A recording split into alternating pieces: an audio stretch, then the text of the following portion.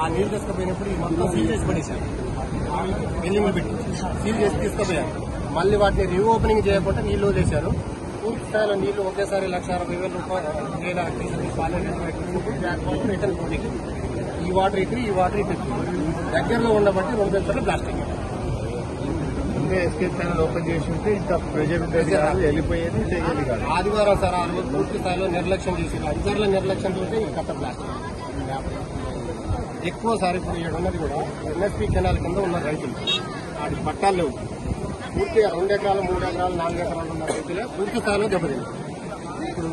ఇప్పుడు వచ్చారు sir field officer ఏవో వచ్చింది. ఈ పక్క ఆ పక్క స్వీల్ ఆ పక్క పోలేరు కాబట్టి ఆ పక్క అది పోలేరు కాబట్టి సార్ ఇచ్చేసేసి సార్ 5:30 సార్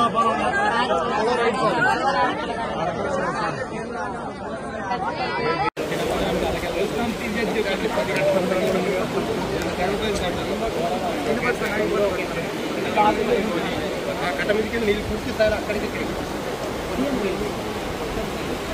మొత్తం వెళ్ళిపోయాయి సార్. లెఫ్ట్ సైడ్ మొత్తం గారు వచ్చిన టయానికి కరెక్ట్ ఎస్టాబ్లిష్ చేసి ఈ గ్యాస్ ఆపేశారు. చాలా నష్టం జరగలేదు కానీ ప్రజలకు మాత్రం తీవ్ర నష్టం జరిగింది.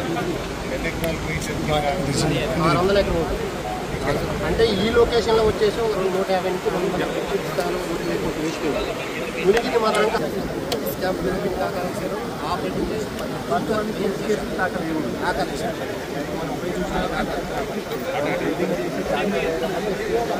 ఓపెన్ చేయలేకపోయింది. అది ఓపెన్ చేయలేదు కనుక ఇది మన మా దగ్గర ఉన్న రైతులు పోయి ఓపెన్ చేసి ఓపెన్ చేస్తారు.